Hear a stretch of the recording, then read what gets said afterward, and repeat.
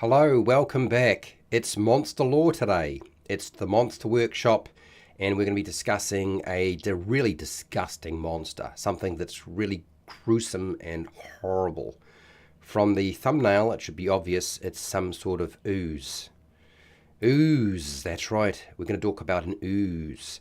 I'm going to put up a poll. Feel free to take part in that poll, and I'll spend about 4 or 5 minutes covering our spotlight monster for today. And then we're going to go straight into the Monster Workshop, which is going to be a little bit different today, but we'll see how this works out.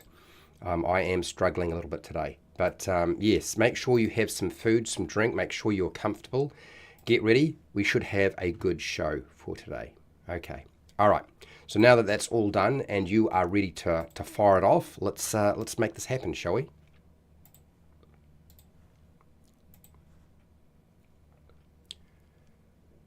Hi, welcome to How to RPG. My name is Fred Weller, and today I want to talk about tabletop role-playing games, and we're dealing with Dungeons and Dragons. I'm going to be talking about the flesh ooze, the flesh slime, the flesh gooey, icky, horrible, blobby thing, and this is all part of Esper's Emporium of Esoterica. It is a Dungeons and Dragons 5e compatible monster. It is available pretty much is a playable monster that you can use in combat, but we're going to be covering the monster lore for it today. So what is the flesh ooze? Well, it's really an ooze. That's what it is. The stench comes first, and then the slopping noises, and then finally an awful sight. And then you see a dripping mass of skin, muscle, and gore, mixed with strands of slime. The foul thing from the deepest pits is the flesh ooze or slime. Beneath the sacrificial temple is a horrid pit. This horrid pit collects the flesh of victims turned into skeletal minions through a necromantic ritual. And in that stinking evil well, a slime creature forms over time. The flesh ooze. A single quivering mass of gore. The flesh ooze hungers for living creatures, the organs, brain, blood, skin, hair, muscles, and fatty tissues. Echoes of the former victims' terrifying memories compel it to seek the death of the mage or priests who help create it. Communication is not something that a flesh ooze does, because it has no form of language and no ability to transmit a message either to something of its own nature or to something else, a different creature. The strength of the flesh ooze is immense, allowing it to engulf a victim and absorb the prey's organic tissues very quickly with acidic saliva. There are no normal sense organs on a flesh ooze. Instead, it uses chemical receptors that determine the position of food and environmental terrain. Able to control its shape, the flesh ooze can squeeze through narrow cracks and spaces. A flesh ooze has little interest in treasure or even the acquisition of knowledge because it's really not very bright. The flesh ooze is not something you want to trifle with. So that's everything I have on the flesh ooze today. I want to thank you for watching and listening. I want to thank all of my patrons who support me on Patreon. And I also want to thank Esper the Bard for supporting me so that I can keep talking about his monsters from Esper's Emporium of Esoterica. I hope you enjoyed this. Until next time, keep rolling those 20s.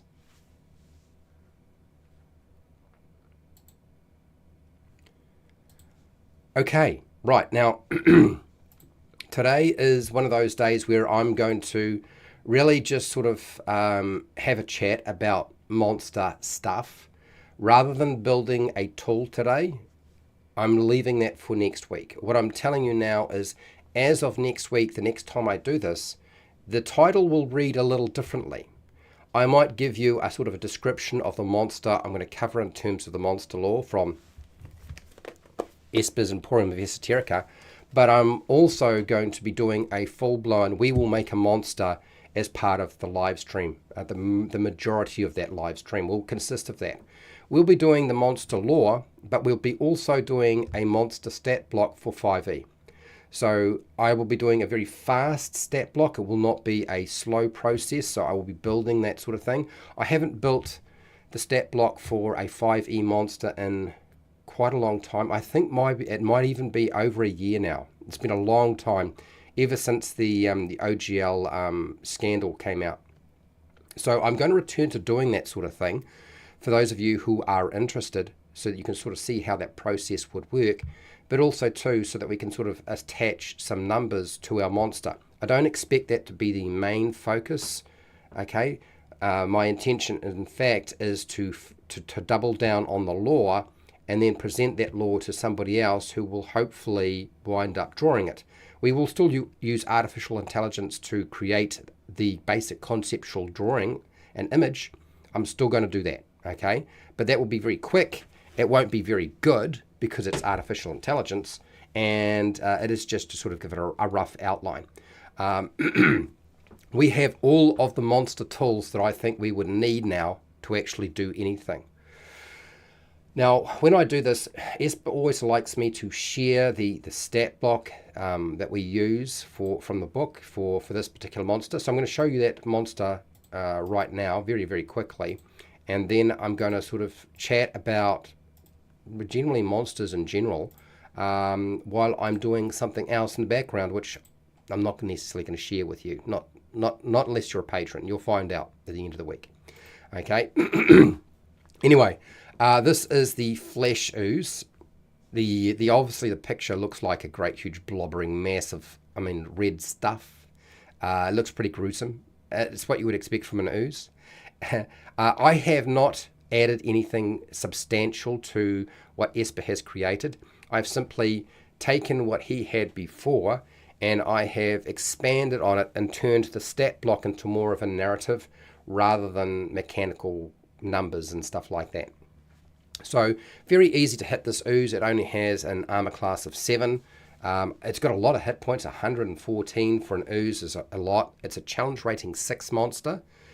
It's very, very strong. It's got a high constitution, but as you can see, it's not very bright. Okay, its wisdom's not that great, and its intelligence is not that great. You're not going to be having a conversation with it, as I said, because it doesn't have a language. And it's resistant to a lot of damage, like acid, necrotic, piercing, things like that. Blind, charmed, deafened, exhaustion, frightened, prone conditions. It's all immune to that. It has blind sight because there is no eyeballs or ears or nose that it operates with. So I'm assuming it operates like a lot of amoebas do, and that is it had chemical receptors as part of the cells of it. And so that's why I included that. It also can squeeze through a very narrow gap like most oozes do. It has a slam attack, okay? It has the engulf ability, which of course does exactly what you expect. It's going to burn you and try to dissolve your skin. It is grotesque, and yes, that is the flesh ooze. We'll be covering, I don't know necessarily what I'll be covering next week. Maybe it's that. Or maybe it's something else. Maybe it's that. I don't know. We'll see. I haven't thought it. I haven't decided yet. Honestly, I have not decided. Okay, so going back to the chat and just having a little quick chat with you about what to expect. Hi, Dirt. So there are a lot of you who are subscribers to my channel and who are also, say, maybe not a subscriber, but you are a patron and a subscriber, or just a patron. You don't have a lot of time to watch my videos. I know a lot of you make your own monsters. And as you know, for quite some time, we've been in the process of building out like all the tools you could possibly imagine to do that. And I feel that we're at a point where all of that can be done. I've been having discussions with Wally DM and AJ Pickett about various different things. Most of these things, don't necessarily talk about monster books, okay, and the publication of a monster book or the creation of some sort of product, because the quintessential guide to monsters, which was done by Mr. Tarask, HowtoDandD, Wally DM, JP, oh gosh, Perry, is it Perry? I think it's Perry. And also AJ Pickett contributed a little bit of information to that as well. It's been my opinion that I didn't want to get involved in a project that large, not without having a really long time frame to work with something like that. For those of you who don't know, I would say it would definitely be down to friendly harassment on my part, trying to convince AJ Pickett to make his own monster book. I'm sure a lot of people would love to see a book with lore from AJ Pickett. It's really not something that necessarily Wally is interested in, but I know that Wally's good at laying stuff out. So I'm going to be presenting a case to both AJ and Wally that maybe we work on a book together, but with a very long time frame. I don't really want to consider it something that is what's the word? I don't want to consider it a Kickstarter project or a backer kit project. I don't think that that's going to work. I think almost all of us have had AJ and Wally have both had fairly rough experiences with backer kit and stuff like that, and I'm not entirely sure if even the time frame would work, because I can see it taking years to do. But I also like the idea of whatever does happen, if they agree to it, being partly a process of the community building it. Do you know what I mean? There are lots of companies that do this. So, for example, Kobold Press, they allow people to actually, include monsters of their own creation, and you can sort of you can put them forward.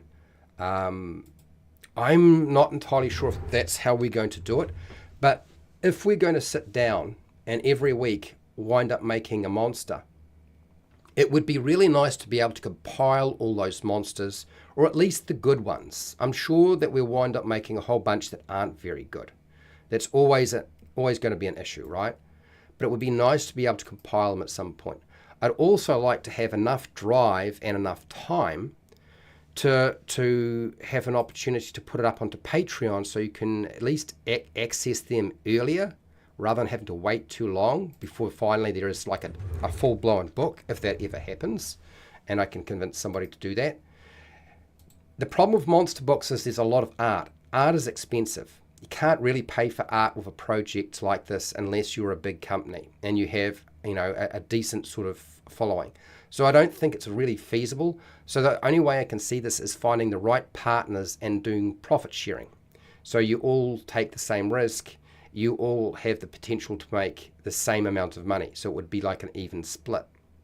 This is the sort of approach that I've been looking at almost for all of the things I've been trying to do and will be doing in the future, is profit splitting, profit sharing. It's like there's the idea now is sort of like how do you divvy up the work so that everybody's kind of roughly doing the same amount of work in terms of time to warrant it working that way. Okay, now I know so the artwork is a big problem, but for those of you who don't know, AJ Pickett is actually a trained artist. He might talk about Dungeons and Dragons lore and do a lot of research. He also fills in a lot of gaps. So he's actually very good at drawing. I don't know that necessarily that's going to work. I also have my brother who's an artist. But one of the things my brother pointed out when I started talking about art and for a monster book, he said, Fred, you've got to understand that it takes a long time to do this. Unless you can do it full time and you're getting paid good money to do so, there's just no benefit. This doesn't work. This is why monster books are fairly rare. Okay, you'll find that Kobold Press is able to do it because, one, they Kobold Press. Wizards of the Coast is able to do it because they're Wizards of the Coast. As I said, I would still like to do something like this. So what I'm going to do is I'm going to think in terms of whatever we do week by week is working towards a final product. And I'll be doing my best to try to make that happen.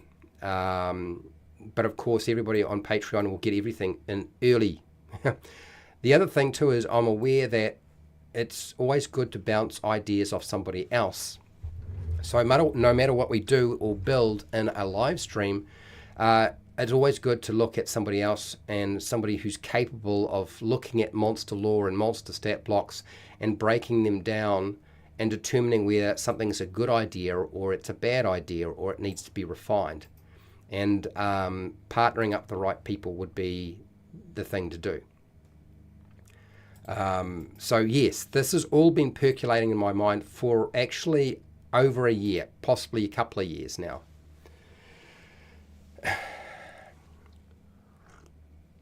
For those of you who are not interested in something like that and you just want to get together with the community and make a monster, we're going to do that. Because as you know, so far we have one monster parts table that you can use to create monsters randomly or just select from the list. Okay, so I've got a table for that. We have one table for flying, land, marine, and subterranean. Okay, where you take normal animals, you put them together like head, body, limbs, whatever, wings in some cases if it's a flying creature, to create a new monster. So we've been using that. It's been a bit hit and miss, those tables, the sort of the creation of what it looks like. So, but I'm going to still keep using it and still refining it. We've got a table of 100 now of monster special abilities, but also monster traits, like things that are always active. So I'm going to definitely be utilizing those. We've got monster motivations. We've got a bunch of monster motivations that we can use. We've got monster weaknesses, things that they would be, not very good at or have trouble with. That's been included. I believe there is a monster societies now. We have monster diet. We have monster communication. We have monster origins as a table. So all of those things I am expecting in the future we're going to utilize in some way. I was thinking really hard about how is the best way, because I know not all of you are going to necessarily have dice with you. And I was thinking maybe the way I will structure it for next week is that there'll be a option to roll dice or just pick a number off the table. I don't know how you feel about something like that, but that's sort of where my head was going. Fred Huber, nice to have you. Derp, also a patron, thanks. Pale Rider, I'll try to draw a few monsters for you. Well, is that something you really want to be doing, Pale Rider? This is the problem. This is one of the biggest problems is, like, it's a huge investment in time, This is one of the reasons why I know my brother uses artificial intelligence to do conceptual drawings before he does the final drawing. It's one of the great things about artificial intelligence, some AI art, is you can actually, draw kind of what you want, and if you get it right, then you duplicate that in some way. Yeah, Derp, you're right. Everybody should always have dice within reach when they come to my channel, for sure, because you know how many times we wind up using dice. Rolling dice on my channel is such a common thing, and you're not even playing a game. So, yeah, absolutely, I agree. But I don't expect everybody to think that way. Okay, so that is what you can kind of expect. I might call this quits right now today because it's quite quiet. I guess my other question is, because we can make the monsters that we can make them scary monsters and frightening monsters, or we can make them cute or just fulfill a purpose. I've always been of the opinion it's good to have a collection of monsters or creatures that fulfill different purposes. Things that can be scary, things that can be just a familiar, or can try to be have an interesting story behind them, or motivations that is just unusual and interesting to interact with. Does that make sense? When I use a random table, I consider how I feel about the result, and if I don't like it, I pick one up or down the list a few places. So Fred Huber, I actually do exactly the same thing. As you probably have already noticed in my live streams, I do exactly the same thing. Sometimes I'll take down a couple of different choices, and then I'll see if they fit together in some way, and if they don't sort of fit, if I can't make them sort of slot together like a jigsaw puzzle, then I'll back off and remove some stuff. So I do something very similar, okay? Yeah, I'm here. Hello, Calrel. How are you doing? So yes, I know this is a very short live stream. I'm going to apologize now. Comical, pathetic. What does that mean? What do you mean by comical, pathetic? You've kind of lost me now. I'm kind of curious as what was your point?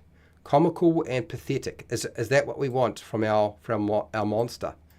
We want a comical, pathetic monster? I do include a lot of comical monsters. I'm just thinking about what you just said there, and I do actually include a whole bunch of rather comical monsters as well. So there's definitely room for that. Monsters don't always have to be scary. Yeah, that's been my opinion too, Fred Huber. I agree. I think monsters don't always have to be scary. Yeah. Okay, I'm going to finish off here. For those of you who are hoping for, let's get straight into it and start making some monsters, I'm going to say next week. So this is how we're going to do it. We're going to do all of the monster lore. I'm going to use AI art to create a conceptual drawing, not a final drawing. I will try to make sure that these wind up going onto Patreon. It probably will take me to at least 4 months or 5 months from now before I can do that, but they will start going on at some point. And I will put these past AJ, and if AJ sees something that he likes, he'll probably let me know, and I'll let you know and have a chat with him about how this might work. Because I've been trying to, maybe the easiest way for me to get AJ Pickett to do a monster book is to write the monster lore or do the stat blocks and have a conceptual drawing, and then he's more on board with the idea. That's sort of where my head was at. And then maybe I can coax Wally DM into doing the layout for the book. Because for years I've wanted to do a monster book, and I just, the hassles behind it have just been too great. I'll also do a stat block, but like I said, the stat block will be very rough. It will be 5e, and we'll see how that goes. Let's build a panther with squid head monster. Well, you can try doing that next week. Anyway, I'm going to end this poll, and yeah, get ready for next week. Make sure you're here back, same day, same time. You'll notice I've moved the monster live stream. The reason I've moved it is because my niece was used to be here on the days that I was doing the monster lore and live stream. And she's lovely. She's a kid. She's going to make a lot of noise. She's going to scream. She's going to yell. She's going to whistle. She's going to sing. She's going to run through the house. So I shifted it. So I'm doing it now Thursday for me in New Zealand, which I think is Wednesday in North America. So the reason for it is so that the house is quieter. It's a lot quieter on a Thursday here in New Zealand than say a Monday or a Tuesday in New Zealand in my house. There's too much activity going on. So I've kind of shifted things around, and it's going to stay roughly here, I think, for now. Okay? So if you were wondering. So do you like making your own tabletop role-playing game monsters? Yes, 85%. Great to hear. Just watching, 14%. Okay. And undecided no is 0 out of 7 votes. Well, you're in the right place. We'll be back, and we'll do some monster creation next week. And so you know what you're going to be getting, okay? We'll do monster lore, we'll do some basic conceptual artwork with the AI, and we'll do the stat block. And we'll see if we can get that done in roughly an hour, 2 hours. I think that's kind of going to be probably the most realistic thing. 2 hours, I think, is going to be pushing it. You know, we might just get it done in 2 hours. That's a lot of work to get done on a monster. But I think we've got the tools now. Anyway, I want to say a huge thank you to everybody in the chat for watching and listening. I want to thank everybody who has been supporting me on Patreon, taking part in the poll. Really do appreciate it. I want to thank Esper the Bard for letting me talk about his monsters and providing all the artwork so I can actually kind of do that. I also want to thank those of you who commented in chat and just reminded me that I'm not alone. Pale Rider, thank you for your offer. And yes, we might take you up on that offer. We'll just see how we go. Fred Huber, thanks for being here. Cal Rowell, Derp, do appreciate you being here. And I look forward to catching up with you all next week, where we will continue to make one monster just about every single week. That's a lot of monsters. It's like 52 monsters a year, unless I take a holiday. Anyway, till then, wherever you are in the world, whether it be the morning, the afternoon, or the night, please look after yourself, your family, and your friends. Be nice to your neighbours. And hey, till next time, keep rolling those 20s.